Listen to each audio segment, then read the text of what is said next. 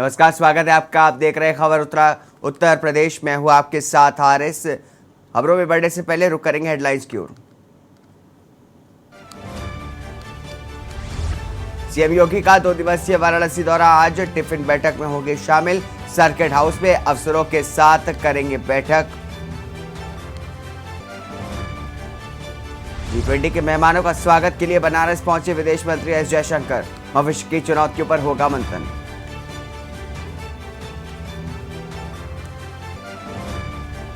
महाकुंभ 2025 यानी कि नया प्रयागराज शहर से लेकर के संगम के तट पर दिखेगा नया लुक। तैयार होगा रोपवे।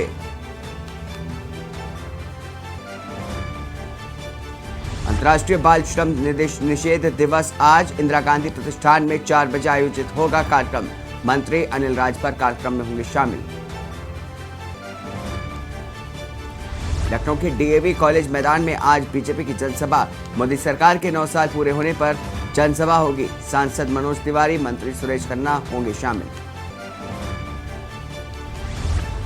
ब्रिजभूषण की महारैली आज। शक्ति प्रदर्शन की कोशिश। बजरंग पुनिया बोले 15 तक गिरफ्तारी की उम्मीद।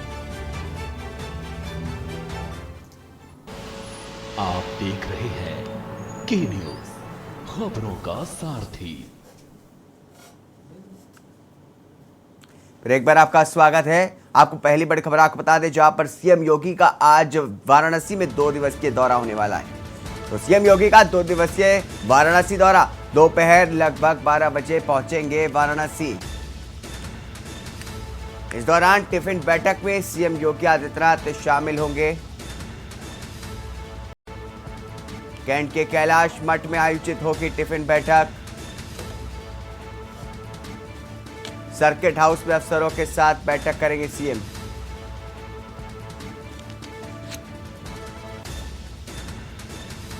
रात 8 बजे G20 समिट की बैठक होगी। आपको बता दें कि विदेशी मेहमानों के साथ होटल ताज में डिनर करेंगे सीएम योगी आदित्यनाथ। तो सर्किट हाउस में रात में विश्राम करेंगे सीएम योगी। तो रात 8 बजे G20 समिट के मेहमानों से मुलाकात करेंगे सीएम योगी। विदेशी मेहमानों के साथ होटल ताज में डिनर करेंगे। उसके बाद सर्किट हाउस में रात्रि विश्राम करेंगे सीएम योगी आदित्यनाथ। काशी विश्वनाथ और काल भैरव मंदिर में पूजा अर्चन भी करेंगे। तो काशी विश्वनाथ और काल भैरव में मंदिर में पूजा करने के लिए भी सीएम योगी आदित्यनाथ पहुंचेंगे। आपको बता दें कि 2 दिवसीय दौरे पर वाराणसी गए हुए हैं सीएम योगी आदित्यनाथ। आज से जाएंगे। आपको बता दें कि लगभग दोपहर 12 बजे आज वाराणसी पहुंच जाएंगे सीएम योगी आदित्यनाथ। टिफिन बैठक में शामिल होंगे। इस दौरान अपने दौरे पर कैंट के कैलाश मठ में आयोजित होगी टिफिन बैठक, जहां पर सीएम योगी आदित्यनाथ शामिल होंगे। तो सर्किट हाउस में अफसरों के साथ बैठक करेंगे सीएम योगी आदित्यनाथ। बता दें कि रात 8 बजे G20 समिट के मेहमानों से मुलाकात करेंगे। विदेशी मेहमानों के साथ होटल ताज में डिनर करेंगे सीएम योगी आदित्यनाथ।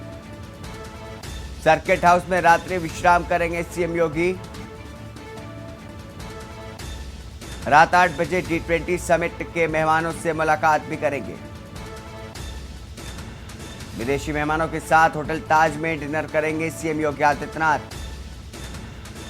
बता दें कि सर्किट हाउस में रात्रि विश्राम करेंगे सीएम योगी। काशी विश्वनाथ और काल भैरव मंदिर में पूजा करेंगे सीएम योगी। तो 2 दिवसीय दौरे पर जा रहे हैं आज वाराणसी। सीएम योगी आदित्यनाथ का 2 दिवसीय वाराणसी का दौरा। लगभग दोपहर 12 बजे पहुंचेंगे वाराणसी। इस दौरान टिफिन बैठक में शामिल भी होंगे सीएम योगी आदित्यनाथ। बता दें कि कैंट की कैलाश मठ में टिफिन की बैठक जो है वो आयोजित की जाएगी। बता दें कि सर्किट हाउस में अफसरों के साथ बैठक करेंगे सीएम योगी।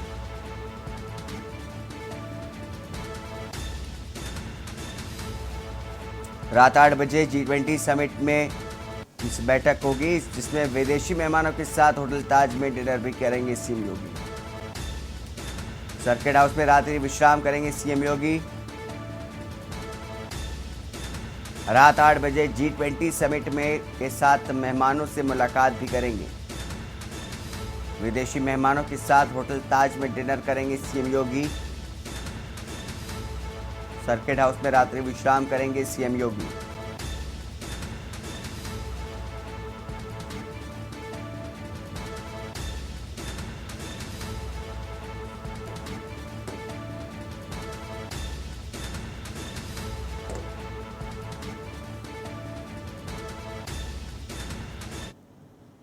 अगली खबर लखनऊ से है, जहां पर डीएवी कॉलेज मैदान में आज बीजेपी की जनसभा होगी। मोदी सरकार के 9 साल पूरे होने पर यह जनसभा की जा रही है। डीएवी कॉलेज में आज जनसभा होगी। मोदी सरकार के 9 साल पूरे होने पर जनसभा का आयोजन किया जा रहा है, जिसमें सांसद मनोज तिवारी, मंत्री सुरेश खन्ना भी शामिल होंगे। तो आपको बता दें कि कई और मंत्री भी और विधायक जनसभा में शामिल हो सकते हैं। कल शाम 5:30 बजे बीजेपी नेता करेंगे जनसभा। तो मोदी सरकार के 9 साल पूरे होने पर जनसभा की जा रही है, जिसमें मोदी सरकार के 9 साल के कार्यकाल में की जो उपलब्धियां हैं वो जनता को बताई जा रही है, जिसपे सांसद मनोज तिवारी और मंत्री सुरेश खन्ना समेत कई और मंत्री और विधायक भी इस बैठक में शामिल होंगे। आज शाम 5:30 बजे बीजेपी नेता इस जनसभा को संबोधित करने के लिए पहुंचेंगे। डीएवी कॉलेज मैदान में आज बीजेपी की जो जनसभा है उसका आयोजन होने वाला है, जिसमें मोदी सरकार के 9 साल पूरे होने पर जनसभा का आयोजन किया जा रहा है। इसमें सांसद मनोज तिवारी, मंत्री सुरेश खन्ना शामिल होंगे। आपको बता दें कि कई मंत्री और विधायक भी जनसभा में शामिल होंगे। तो मोदी सरकार के 9 साल पूरे होने पर जनसभा का आयोजन किया जा रहा है, जिसमें सांसद मनोज तिवारी, मंत्री सुरेश खन्ना समेत कई और मंत्री भी और विधायक भी इसमें शामिल होंगे।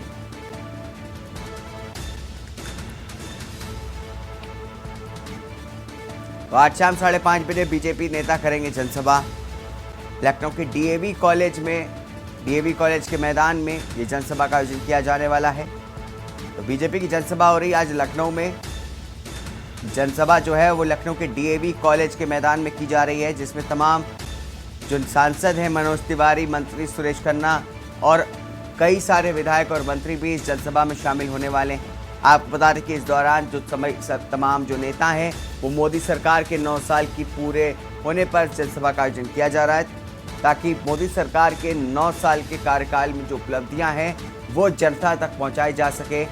तो आपको बता दें कि आज शाम 5:30 बजे इस जनसभा का आयोजन किया जाने वाला है।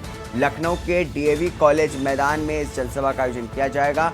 आज शाम 5:30 बजे बीजेपी नेता ये जनसभा करेंगे। तो लखनऊ के डीएवी कॉलेज में बीजेपी की जनसभा होने जा रही है। आपको बता दें कि इस जनसभा में मोदी सरकार के 9 साल पूरे होने पर जनसभा का आयोजन करके जनता को मोदी सरकार के 9 साल के कार्यकाल की उपलब्धियां गिनाई जाएंगी। सांसद मनोज तिवारी, मंत्री सुरेश खन्ना, तमाम जैसे और भी मंत्री और विधायक भी इस जनसभा में शामिल होंगे। तो आपको बता दें कि 2024 के लोकसभा चुनाव की तैयारी बीजेपी ने शुरुआत कर दी है।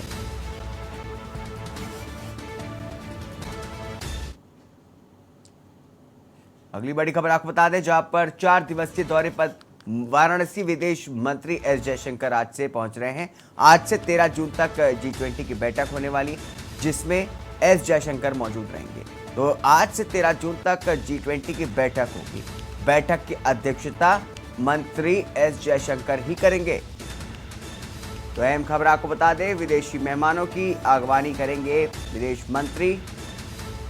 20 देशों के विकास मंत्री बैठक में शामिल होंगे। तो एस जयशंकर जो है इस बैठक की अध्यक्षता करेंगे और मेहमानों का स्वागत करेंगे। वहीं आपको बता दें कि 28 देशों के विदेश जुड़े मंत्रालयों से डेलीगेट्स भी इसमें शामिल। करीब 200 से अधिक प्रतिनिधि शामिल होने की उम्मीद जताई गई है। कार्यक्रम स्थल का स्थलीय निरीक्षण भी विदेश मंत्री ही करेंगे। तो 4 दिवसीय दौरे पर वाराणसी पर पहुंचेंगे विदेश मंत्री एस जयशंकर। आज से 13 जून तक G20 की बैठक की जाएगी। तो बैठक की अध्यक्षता करेंगे एस जयशंकर। विदेशी मेहमानों की अगवानी करेंगे विदेश मंत्री एस जयशंकर। 20 देशों के विकास मंत्री बैठक में शामिल होने के लिए पहुंचेंगे। आपको बता दें कि 28 देशों के विदेश मंत्रालयों से जुड़े डेलीगेट्स भी शामिल होंगे। करीब 200 से अधिक प्रतिनिधि शामिल होने की उम्मीद जताई जा रही है।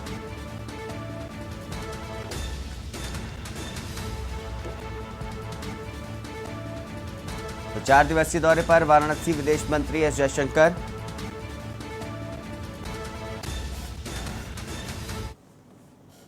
अगली बड़ी खबर राजधानी लखनऊ से, जहां पर अंतर्राष्ट्रीय बाल श्रम निषेध दिवस आज मनाया जा रहा है। बाल श्रम निषेध दिवस पर आयोजित कार्यक्रम होंगे। तो अंतर्राष्ट्रीय बाल दिवस निषेध दिवस का आयोजन किया जा रहा है, जिसमें बाल श्रम निषेध दिवस पर आयोजित कई कार्यक्रम का आयोजन किया जाएगा। इंदिरा गांधी प्रतिष्ठान में 4 बजे इन कार्यक्रमों को आयोजन किया जाने वाला है, जिसमें मंत्री अनिल राजभर कार्यक्रम में भी शामिल होंगे। आपको बता दें कि बाल श्रम निषेध दिवस पर आयोजित एक कार्यक्रम होने वाला है आज लखनऊ में, जहां पर इंदिरा गांधी प्रतिष्ठान में 4 बजे ये कार्यक्रम का आयोजन किया जाएगा, जिसमें तमाम जो मंत्री हैं, जैसे कि मंत्री अनिल राजभर कार्यक्रम में शामिल होंगे। तो आपको बता दें कि मुन्नू लाल कोरी राज्य मंत्री भी विशिष्ट अतिथि के रूप में वहां पर पहुंचेंगे। लखनऊ से खबर आपको बता रहे हैं, जहां पर अंतर्राष्ट्रीय बाल श्रम निषेध दिवस आज मनाया जा रहा है। बता दें कि बाल श्रम निषेध दिवस पर आयोजित कार्यक्रम इंदिरा गांधी प्रतिष्ठान में 4 बजे होगा आयोजित। अनिल राजभर मंत्री हैं, वो भी कार्यक्रम में शामिल होंगे। बाल श्रम निषेध दिवस पर आयोजित कार्यक्रम होगा। बता दें कि इंदिरा गांधी प्रतिष्ठान में 4 बजे कार्यक्रम का आयोजन किया जाने वाला है, जिसमें मंत्री अनिल राजभर कार्यक्रम में शामिल होने के लिए पहुंचेंगे। बता दें कि मुन्नू लाल कोरी राज्य मंत्री होंगे विशिष्ट अतिथि।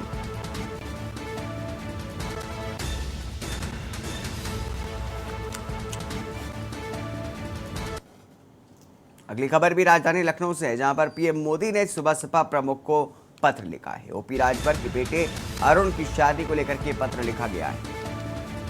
बता दें कि ओपी राजभर के बेटे अरुण की शादी को लेकर के पीएम मोदी ने लिखा पत्र। ओपी राजभर ने पीएम मोदी को किया आमंत्रित किया था ओपी राजभर ने पीएम मोदी को। पीएम मोदी ने पत्र लिखकर के शादी की बधाई दी है। बताया जा रहा है कि 2024 से पहले राजभर की बीजेपी से बड़ी नजदीकी बढ़ती हुई साफ दिखाई दे रही है। तो राजभर बीजेपी गठबंधन का जल्द भी ऐलान भी हो सकता है। बता दें कि 13 जून को वाराणसी में रिसेप्शन कार्यक्रम होगा, जिसमें देश प्रदेश के बड़े नेता उद्योगपति भी शामिल होने के लिए पहुंचेंगे। तो ओपी राजभर के बेटे को लेकर के पीएम मोदी ने पत्र लिखा है। पीएम मोदी ने सुबह सपा प्रमुख को लिखा है पत्र। बता दें कि ओपी राजभर के बेटे अरुण की शादी को लेकर के पीएम मोदी ने लिखा पत्र। ओपी राजभर ने पीएम मोदी को किया था आमंत्रित। पीएम मोदी ने पत्र लिख करके दी शादी की बधाई। 2024 से पहले राजभर की बीजेपी से नजदीकी साफ बढ़ती हुई दिखाई दे रही है। बता दें कि राजभर और बीजेपी गठबंधन भी जल्द ही ऐलान हो सकता है। 13 जून को वाराणसी में रिसेप्शन कार्यक्रम होगा। इस कार्यक्रम में देश के प्रदेश के तमाम बड़े नेता और उद्योगपति शामिल होंगे। तो लखनऊ से खबर आपको बता रहे हैं, जहां पर पीएम मोदी ने सुबह सपा प्रमुख को पत्र लिखा है। ओपी राजभर की बेटे अरुण की शादी को लेकर के पीएम मोदी ने पत्र लिखा है। बताया जा रहा है कि ओपी राजभर ने पीएम मोदी को आमंत्रित किया था, जिसके बाद पीएम मोदी ने पत्र लिखकर के शादी की बधाई दी है।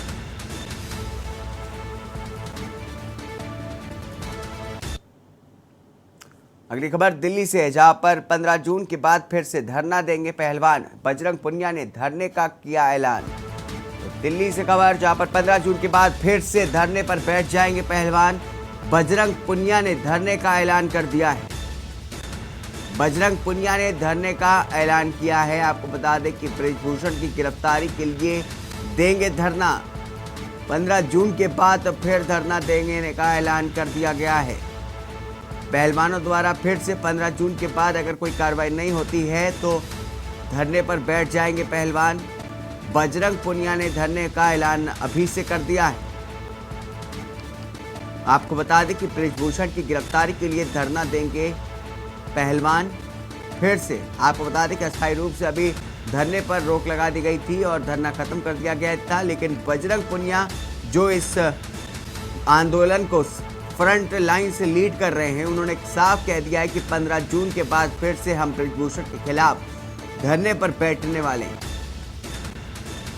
तो बृजभूषण की गिरफ्तारी के लिए देंगे धरना। 15 जून के बाद फिर से धरना देने का ऐलान कर दिया गया है पहलवानों द्वारा।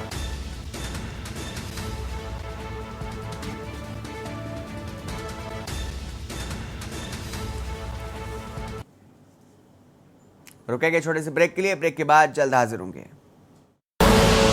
आप देख रहे हैं के न्यूज, खबरों का सारथी। प्रयागराज से खबर आपको बता दें, ब्रेक के बाद स्वागत है आपका। उसके बाद आपको प्रयागराज से खबर आपको बता दें, जहां पर दरोगा पर युवती को थप्पड़ मारने का आरोप लगा था। आला अधिकारियों से शिकायत करने के बाद भी नहीं कोई कार्रवाई। आला अधिकारियों से शिकायत के बाद भी कोई भी कार्रवाई नहीं की गई। अपने पिता को छुड़ाने थाने पहुंची थी युवती। बताया जा रहा है कि कौंदियारा थाना अंतर्गत जमीनी विवाद में थाने में बंद था पिता। तो अहम खबर आपको बता रहे हैं प्रयागराज से, जहां पर दरोगा पर युवती को थप्पड़ मारने का आरोप लगा है। आला अधिकारियों से शिकायत करने के बाद भी नहीं कोई कार्रवाई की गई। अपने पिता को छुड़ाने थाने पहुंची थी युवती। बताया जा रहा है कि कौंदियारा थाना अंतर्गत जमीनी विवाद में थाने में बंद था पिता। प्रयागराज दरोगा पर युवती को थप्पड़ मारने का आरोप लगा है। आला अधिकारियों से शिकायत करने के बाद भी कोई कार्रवाई नहीं की गई। बता दें कि अपने पिता को छुड़ाने के लिए थाने पहुंची थी युवती, जिस पर दरोगा द्वारा थप्पड़ मारा गया है, ऐसा आरोप लगाया है युवती ने। कौंदियारा थाना अंतर्गत जमीनी विवाद में पिता बंद था, तो इसको छुड़ाने के लिए उसकी बेटी पहुंची थी। दरोगा पर युवती को थप्पड़ मारने का आरोप लगाया गया। लेने गई थी तो सर दरोगा सर थे, तो उनसे बोली कि सर हमारे पिताजी को छोड़ दीजिए, हमारे घर में कोई नहीं है, हमारी छोटी सी बच्ची थी सर।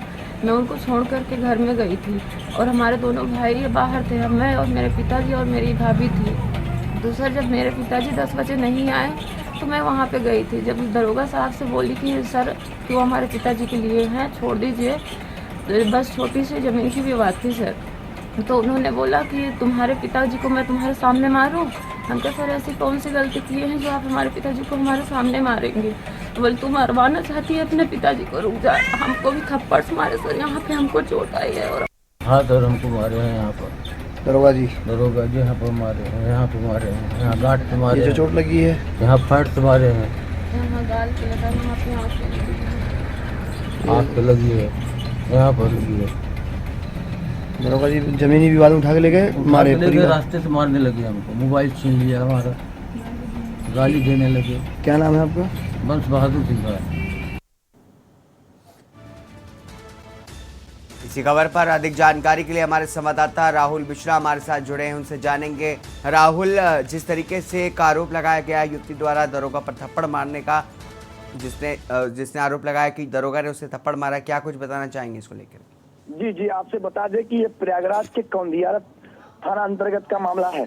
कौंदियारा थाना के अंतर्गत में अक्सर जो एक घटना देखने को मिलती है, क्योंकि कहीं न कहीं ये पिछड़े उसमें आता है, क्षेत्र में आता है। उससे क्या होता है कि जो दरोगा जी रहते हैं, इससे पहले यही ऐसा कुछ मामला था जिससे एक इंस्पेक्टर जो के न्यूज ने खबर लगाई थी, तो ये सस्पेंड हुए थे।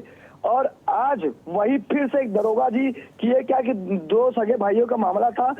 एक पक्ष, दोनों पक्ष को ले गए, एक पक्ष को उसके लड़की के सामने शाम को 6:30 बजे लमसम लड़की के सामने पिताजी को मारते रहे। जब मारने के बाद वो लड़की ऑब्जेक्शन लगाई कि सर क्या मामला है, क्यों मार रहे हैं, अब मेरे भैया आने वाले हैं, भैया आकर करके इसे कल सुबह छोड़वा लेंगे। ये भाई, इसका दोनों भाई बाहर रहते थे, ये दोनों घर में रहते थे। और उसके बाद ले जाके ताबड़तोड़ इसके पिताजी को मारे। और जब ये बोलने लगी तो इसे भी मारे। जो महिला रो रही है, छोटी सी बच्ची थी, उस बच्ची को छोड़ के गई थी और कही कि इसे 2 घंटा बंद भी किए। इसने बताया कि 2 घंटे में रखे भी, बाद में शाम हुई कहें कि जाओ यहाँ महिला नहीं रहती।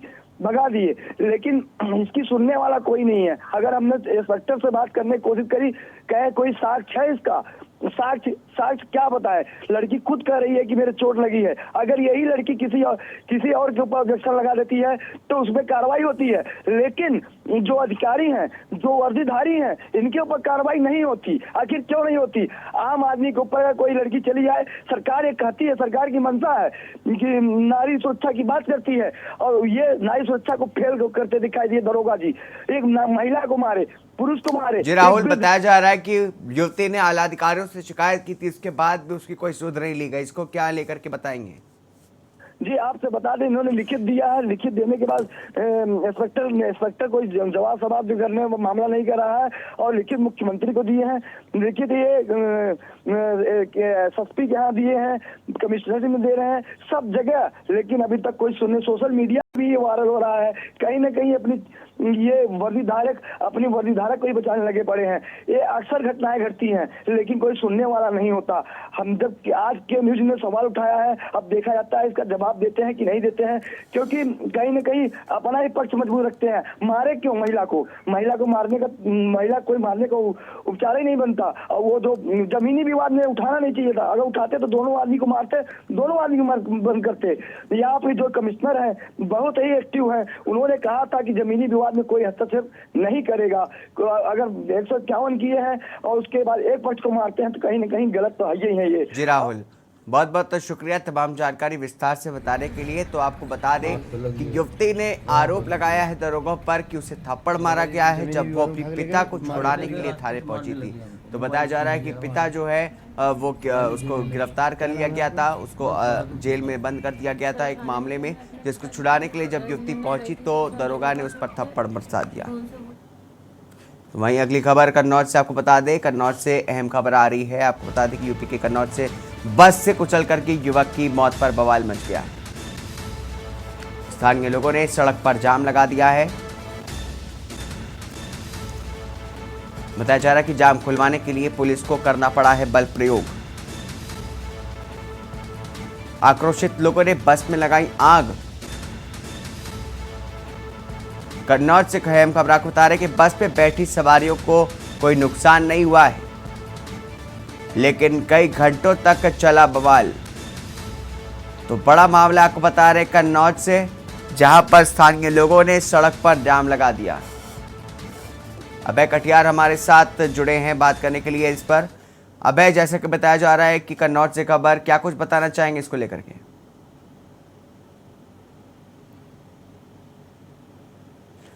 अभय,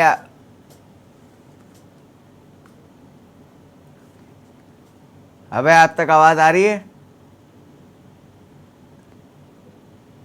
अभय, बताया जा रहा है कि एक बस के द्वारा युवक को कुचल करके उसकी मौत हो गई, जिस पर लोगों ने बवाल मचा दिया। क्या कुछ बताना चाहेंगे इस पर?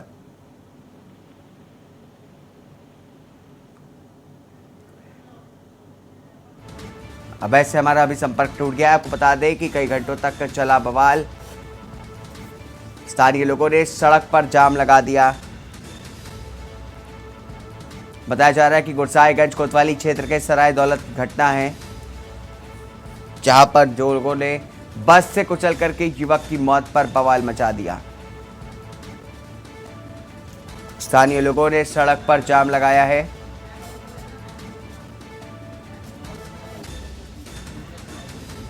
बताया जा रहा है कि जाम खुलवाने के लिए पुलिस ने बल का प्रयोग किया है। आक्रोशित लोगों ने बस में आग लगा दी। बस में बैठी सवारियों को कोई अभी तक नुकसान नहीं हुआ है, लेकिन कई घंटों तक चला बवाल। इस मामले पर अधिक जानकारी के लिए अभय कटियार हमारे संवाददाता हमारे साथ जुड़े हैं। अभय, आपसे जानेंगे, जिस तरीके से बताया जा रहा है कि एक युवक को कुचलने को लेकर के बस को रोका गया, क्या कुछ बताना चाहेंगे इस पर?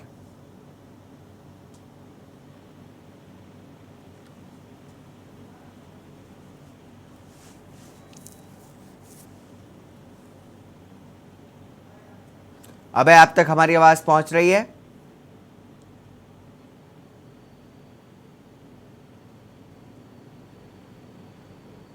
अभय से अभी हमारा संपर्क नहीं हो पा रहा है, तो आपको बता दें कि आक्रोशित लोगों ने जो है जम करके बवाल काटा, जिसको रोकने के लिए पुलिस बल का प्रयोग किया गया। कई घंटों तक ये बवाल चला है, जिसके बाद आक्रोशित लोगों ने बस में आग लगा दी। हालांकि किसी भी सवारी को कोई नुकसान नहीं हुआ, लेकिन स्थानीय लोगों ने सड़क पर जाम लगाया। बताया जा रहा है कि एक युवक को कुचलने का मामला था। गुरसाहिगंज कोतवाली क्षेत्र की सराय दौलत की घटना है, आपको बता रहे हैं, जहां पर बस से कुचल करके युवक की मौत हो गई, जिस पर बवाल मचाया गया। स्थानीय लोगों ने सड़क पर जाम लगाया।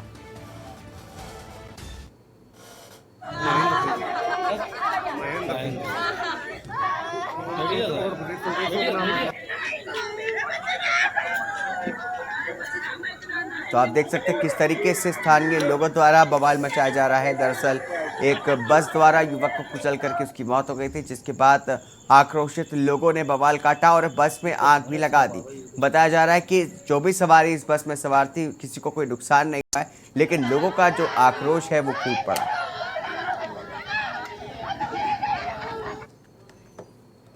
इसी के साथ इस बुलेटिन में बस इतना ही। दीजिए इजाजत, नमस्कार।